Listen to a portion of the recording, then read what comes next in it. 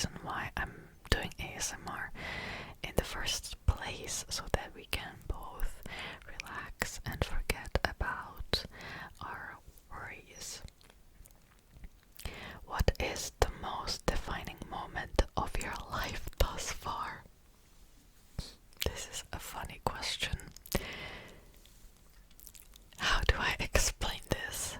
There was this one particular day this year in February that defined, I think, the course of my life for the next 5 to 10 years at least.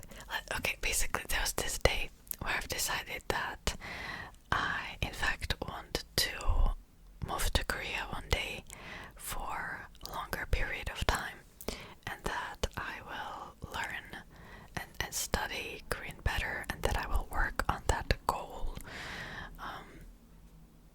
It was basically the day where I've made that decision, where I thought that I just felt like it's the right choice based on the events of that day. In the haste of your daily life, what are you not seeing?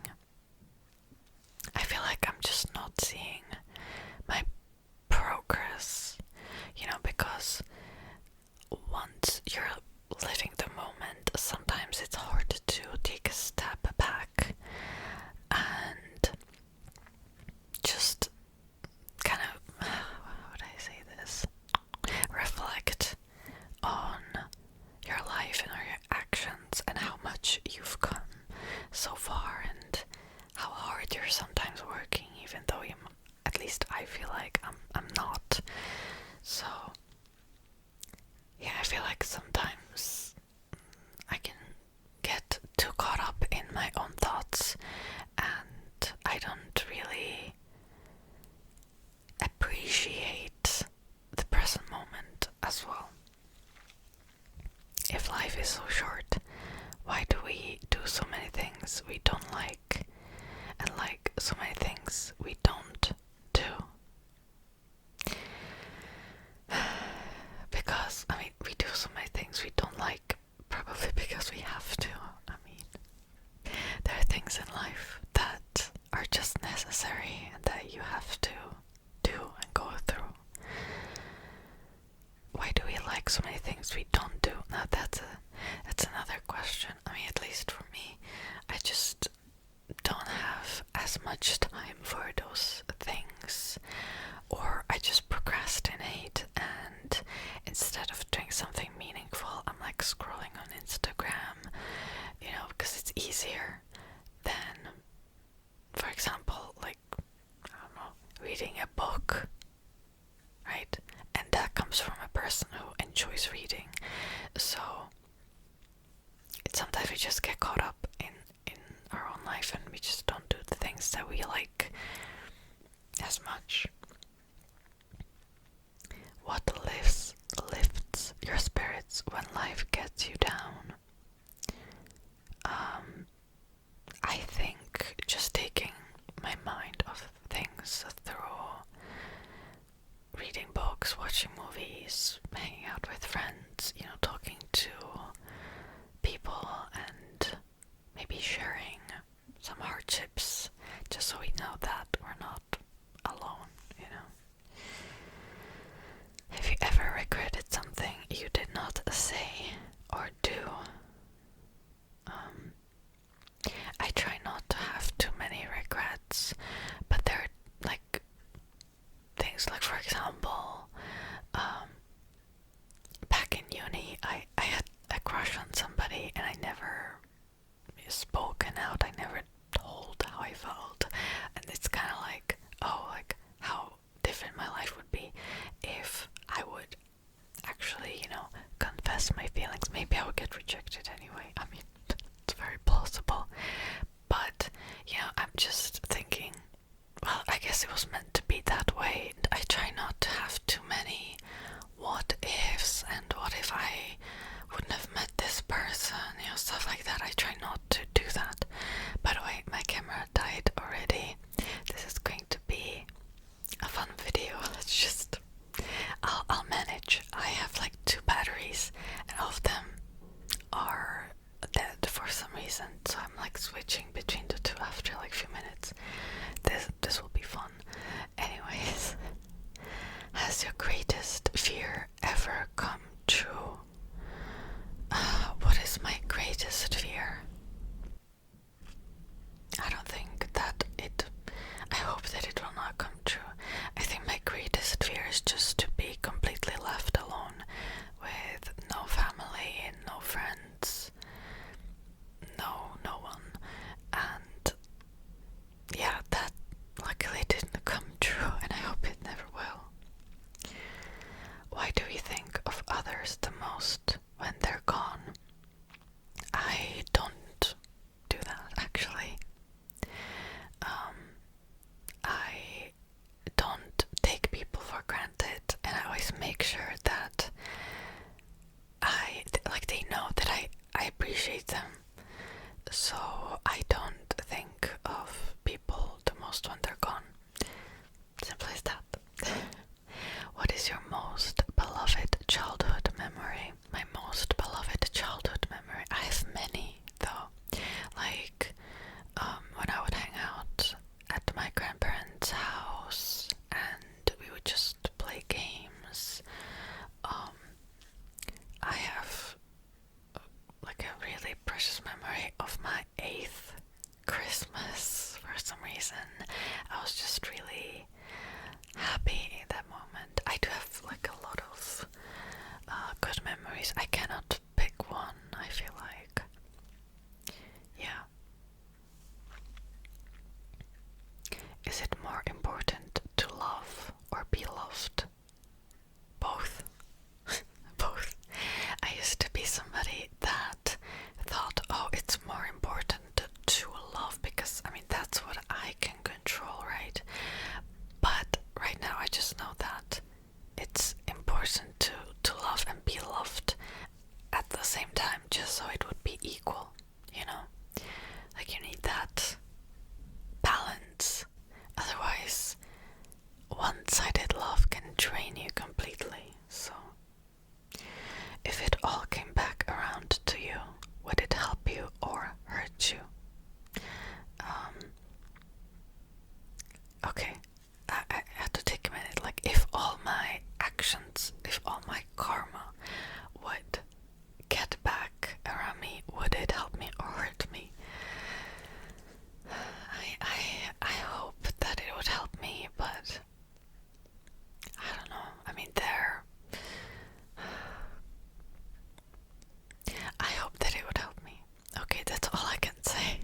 I know that I have some regrets, especially when I was younger and I was a bit immature, but I've never done anything outrageous. I never cheated on anybody. I never did anybody like extra dirty, so I just hope it would help me. If you had the chance to go back in time and change one thing, would you do it?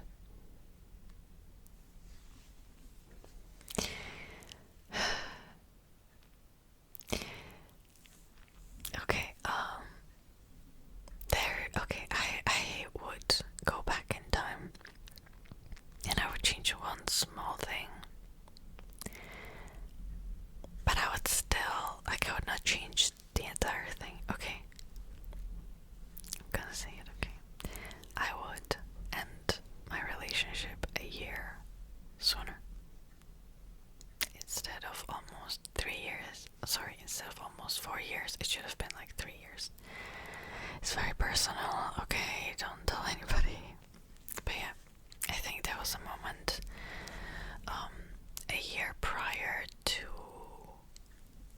my breakup, which happened early this year. There's a moment a year prior where it should have ended completely. This is personal. Normally I would only talk about this on my Patreon. But here we go, here we are. So, if a doctor gave you 5 years to live, what would you try to accomplish? I think I wouldn't change much. I think I would still like to sooner with less money saved. I would try to probably find a partner. I don't know if I would have kids because it's cruel. You know, they would have to inevitably live without their mother, so I don't know about that. But I mean, isn't that cruel to the partner too, though? No, I don't know. I don't know if I would do that. Okay, maybe I would just try to be alone and live the best life I can possibly live. Do all the things that I am planning to do anyway. Okay, what is the difference between falling in love and being in love? These questions today, they're like not going easy on me, okay? Falling in love and being in love. Falling in love can be temporary, I feel like. It's the beginning, versus being in love is the continuation. So falling in love is like the beginning stage where, you know, everything just seems I wanted to say pink. I don't know if you know what I'm trying to say, but everything just seems extremely happy, and being in love is like more realistic, but at the same time more real. Okay. Who do you think stands between you and happiness? Oh, I know this. I know the answer to this question very well, and that is myself. I'm the one that stands between me and my happiness, but I try not to be, okay? I try not to self-sabotage as much, and not, because I know I used to do that a lot. I try just to be more happy in general. What is the difference between innocence and ignorance? Innocence and ignorance. Ignorance is, I feel like, a choice, versus innocence is just somebody not really being exposed to certain situations. So when you're ignorant, you're kind of willingly choosing to ignore certain aspects of the situation. These are not easy questions, guys. What is the simplest truth you can express in words? The simplest truth. The simplest truth. I feel like you're the source of your own happiness. That's the simplest truth. What gives your life meaning? I think doing something that makes sense. So for me, that's, for example, ASMR and YouTube. It gives me meaning, whether you look forward to my video or, you know, if that makes you feel a bit better, that is what makes sense. Just making other people happy by doing what you do is, I think, what makes it worth it. What was the original question? What gives your life meaning? Yeah. And just, I think, trying to achieve the goals you want to achieve as well. Okay. Can there be happiness without sadness, pleasure without pain, and peace without war? Me personally, I think there can't. I feel like you have to experience sadness in order to recognize true happiness. And I feel like with every pleasure comes a bit of pain every time. And peace without war, now that one is questionable. I would argue that, well, actually, let's not be too naive. I would say that peace cannot exist without war, actually, because fighting for peace is worth it. So,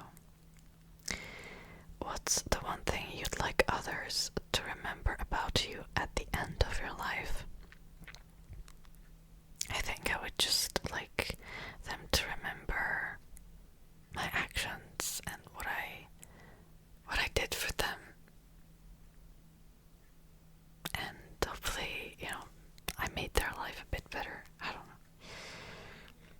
is there such a thing as perfect? I think perfection just doesn't exist. You can come close to a perfection. You can, for example, meet somebody that is very close to your ideal partner, but everyone has, bad qualities and everybody makes mistakes. Even with your job, like there's always something, like some parts about even your most ideal job that you just would not enjoy. Like nothing is perfect in life. Okay, to what degree have you actually controlled the course your life has taken?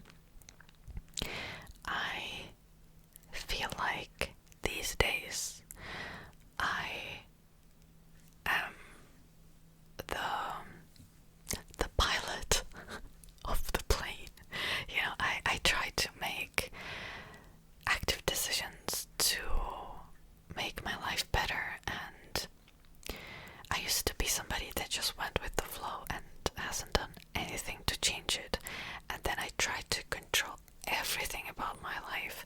That was another extreme.